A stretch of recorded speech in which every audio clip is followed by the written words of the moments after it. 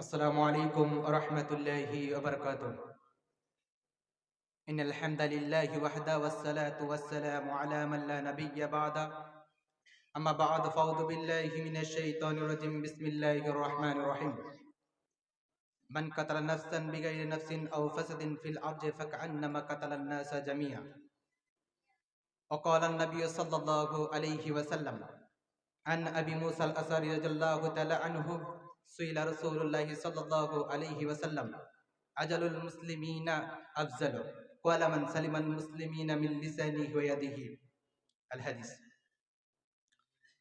প্রশংসা মাত্র সেই আল্লাহ পাক রব্বুল আলামিনের জন্য, যিনি আমাদেরকে বাৎসরিক আঞ্জুমান করার তৌফিক দান করেছেন। তাই তার শিখিয়ে দেওয়া বাক্যে ছোট্ট বাক্যে বলি আলহামদুলিল্লাহ। এবং তারপরেই দরুদ ও সালাম বর্ষিত হোক মুহাম্মদ সাল্লাল্লাহু আলাইহি ওয়াসাল্লামের উপর। আল্লাহুম্মা আমিন। আমার পাশে বসে থাকা শিক্ষক মণ্ডলী মহাশয় ও আমার বিচারমণ্ডলী ও আমার সামনে বসে থাকা ছোট বড় তালিবে ইলম ভাই সকল, আমি আপনাদের সম্মুখে যে বিষয় নিয়ে আলোকপাত করতে চলেছি সেটি হচ্ছে সন্ত্রাস নির্মূলে ইসলামের ভূমিকা। সন্ত্রাস নির্মূলে ইসলামের ভূমিকা এটি একটি খুব গুরুত্বপূর্ণ বিষয় এবং তা ইসলামিক মৌলিক শিক্ষার উপর ভিত্তি করে গড়ে উঠেছে। শুধু সন্ত্রাস নির্মূলে ইসলামের ভূমিকা বলে নয়, বরং প্রত্যেকটি অপকর্ম কুকর্ম, এমনকি আদম আলাইহিস সালাম থেকে শেষ নবী মুহাম্মদ রাসূলুল্লাহ সাল্লাল্লাহু আলাইহি সাল্লাম পর্যন্ত যত নবী এসেছেন সব মানুষকেই এই অপকর্ম কুকর্ম থেকে এবং সৎ কাজের আদেশ দেওয়া, অসৎ কাজের নিষেধ করা, এগুলো ইসলামের নির্মূল ভূমিকা রয়েছে। যেমন ভাবে আরবিক ভাষায় বলা হয় তা'মুরুনা বিল মারুফ ওয়া তানহাউনা আনিল মুনকার, যে তোমরা সৎ কাজের আদেশ করো, অন্যায় কাজের নিষেধ করো। এরকম ভাবে সৎ কাজ বা সন্ত্রাস নির্মূলে ইসলামের ভূমিকা রয়েছে। আসুন আমরা দেখি এই সন্ত্রাস নির্মূলে ইসলামের ভূমিকা কি এবং সন্ত্রাস কাকে বলা হয় এবং সন্ত্রাস নির্মূলে ইসলাম কি বলেছে। আগে জানবো আমরা সন্ত্রাস সম্পর্কে। সন্ত্রাস হচ্ছে বাংলা ত্রাস শব্দ থেকে এসেছে। এর মানে হচ্ছে ভয় দেখানো, আতঙ্ক সৃষ্টি করা।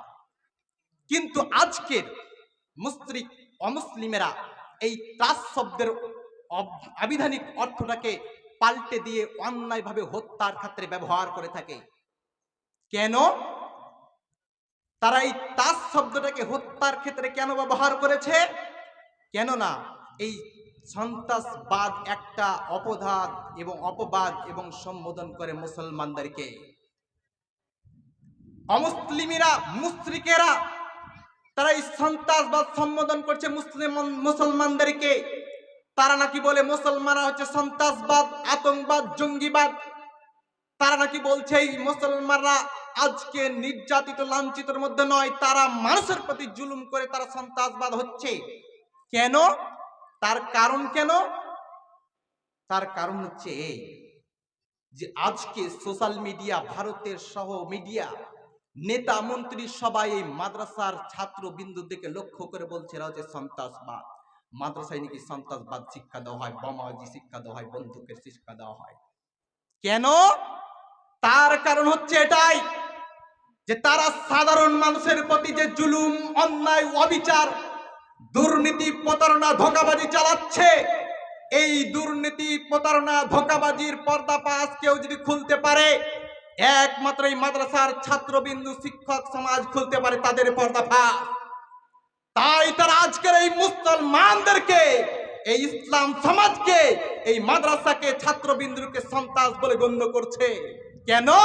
যে তারা মনে করছে আমাদের এই যে দুর্নীতি চালাচ্ছি সাধারণ মানুষের প্রতি, আমরা নেতা মন্ত্রী, আমাদের পর্দা ফাঁস করে দেবে। তাই আজকে এই মাদ্রাসার প্রতি তারা সন্ত্রাসবাদ, জঙ্গিবাদ বলে আমাদেরকে অপবাদ লাগিয়ে দিয়েছে। কিন্তু না, আমরা সন্ত্রাসবাদ নয়, ইসলাম সন্ত্রাসবাদ নয়, মাদ্রাসায় সন্ত্রাসবাদের শিক্ষা দেওয়া হয় না। এর প্রমাণ আল্লাহ সুবহানাহু ওয়া তাআলা খুদ পবিত্র কোরআনের সূরা মাইদার ৩২ নম্বর আয়াতে চমৎকার ভাবে উদাহরণ করে বলেছেন, মান কাতালা নাফসান বিগাইরি নাফসিন আও ফাসাদিন ফিল আরজি ফাকান্নামা কাতালান নাসা জামিআ। আল্লাহ বলছে যে ব্যক্তি হত্যা ছাড়া, জমিনে ফাসাদ ছাড়া তাকে হত্যা করলো, সে ব্যক্তি সমগ্র মানুষকে হত্যা করলো। ফাকান্নামা কাতালান নাসা জামিআ। আর যে ব্যক্তি কোনো মানুষের প্রাণ রক্ষা করলো, সে যেন সমগ্র মানুষের প্রাণ রক্ষা করলো। এই আয়াত দ্বারা আপনি ভেবে দেখুন, যারা বলতে চাচ্ছেন মাদ্রাসায় সন্ত্রাসবাদী শিক্ষা দেওয়া হয়, জঙ্গিবাদের শিক্ষা দেওয়া হয়, তাদেরকে উদ্দেশ্য করে বলছি, এই আল্লাহ সুবহানাহু ওয়া তাআলা পবিত্র সূরা মাইদার ৩২ নম্বর আয়াতে সুন্দর চমৎকার করে বলছেন, মান কাতালা নাফসান বিগাইরি নাফসিন আও ফাসাদিন ফিল আরজি, যারা জমিনে ফাসাদ সৃষ্টি করা ছাড়া, হত্যা ছাড়া, তাদেরকে মানুষ যদি হত্যা করে, তারা সমগ্র মানুষকে হত্যা করলো। তাহলে কিভাবে মাদ্রাসার ছাত্রবৃন্দ হত্যা করতে পারে অন্যায়ভাবে মানুষকে? কিভাবে আপনি মানুষের প্রতি অপবাদ লাগাতে পারেন এটা জঙ্গিবাদ? হায়রে মুসলমান জাতি আমাদের, আজকের ওই সোসাইটি সমাজকে প্রশ্ন করি, কিভাবে তুমি মাদ্রাসাকে জঙ্গিবাদ বলতে পারো? চলো আরো এগিয়ে যাই, যে রাসূল সাল্লাল্লাহু আলাইহি সাল্লাম এই ইসলামকে নির্মূল কিভাবে করেছে আমরা আরো দেখব। রাসূল সাল্লাল্লাহু আলাইহি সাল্লাম তার প্রস্তুতি, যে 63 বছর বয়স যখন ইসলাম প্রচার করছিলেন, সর্বপ্রথম যখন ইসলাম প্রকাশ্যে প্রচার করা যেত না, লুকিয়ে লুকিয়ে ইসলাম প্রচার করা হতো, খোদ আল্লাহ সুবহানাহু ওয়া তাআলা বললেন, হে আমার মুহাম্মদ হাবিব সাল্লাল্লাহু আলাইহি সাল্লাম, তুমি আর প্রকাশ্যে ইসলাম প্রকাশ করো, ইসলাম প্রকাশ্যে প্রচার করো, আর লুকিয়ে নয়। তখন মুহাম্মদ সাল্লাল্লাহু আলাইহি সাল্লাম তায়েফবাসীর কাছে গেলেন, যাওয়ার পরে তাদেরকে ইসলাম প্রচার করছেন, এ তায়েফবাসী শুনে রাখো, তোমরা মূর্তি পূজা করো না, তোমরা এক আল্লাহর দাসত্ব করো। তখন তায়েফবাসী রেগে গিয়ে মুহাম্মদ সাল্লাল্লাহু আলাইহি সাল্লামকে মারতে লাগলো। মারতে মারতে এত মারলেন, রক্তে রক্তাক্ত হয়ে গেল, পায়ের জুতা লাল হয়ে গেল, আল্লাহ রাসূল বেহুশ হয়ে পড়ে গেলেন। আবার তারাও যখন বেহুশ ফিরে এলো, ছোট ছোট বাচ্চাদেরকে ইট ঢেল পাথর দিয়ে বললো, এ পাগল একটি, একে তোমরা ইট ঢেল পাথর মারো।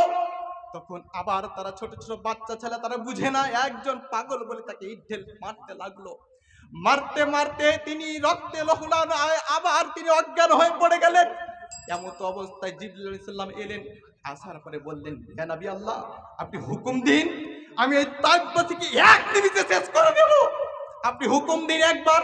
রাসূল সাল্লাল্লাহু আলাইহি সাল্লাম বললেন, না, ইয়া আইয়ুহাল্লাযীনা আমানু কুনু কাওয়ামিন, আমার আল্লাহ বলেছে তুমি ন্যায় বিচার করো, তোমার প্রতি যদি অন্যায় করা হয় তাহলে তুমি তাদেরকে বিদ্বেষণ করো না, তাদের তুমি উল্টে তাদের পাল্টা তাদের প্রতি আঘাত করো না, কেননা তার একদিন তোমার বন্ধুত্বে পরিণত হতে পারে, ইসলামের বন্ধু হতে পারে, তাই তুমি তাদের প্রতি আঘাত করো না।